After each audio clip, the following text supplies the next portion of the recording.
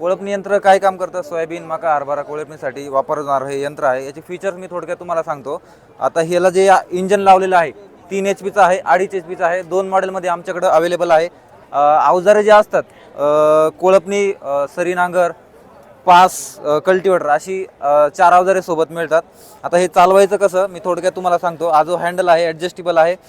ही accelerator देऊन race झालं की पुढे पळतं, कारण याच्यात सेंट्रिफ्युगल क्लच वापरलेला आहे। रस्सी ओढून चालू करायचं आहे फक्त आणि रेस दिली की पुढे पळतं।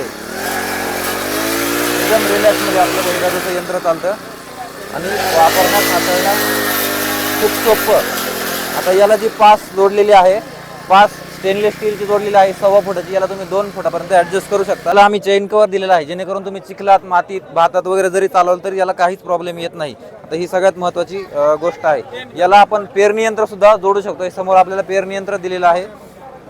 याने आपण सोयाबीन, मका वगैरे पेरणी करू शकतो मोठ्या दाण्यांची। आणि विशेष म्हणजे ऊसामध्ये बाळ भरण्यासाठी, खत पेरण्यासाठी हे यंत्र कामी येतं। चालवण्यासाठी सुद्धा सोपं आहे। अशा प्रकारे बॅलन्सिंग व्हीलच्या आधाराने हे यंत्र चालतं।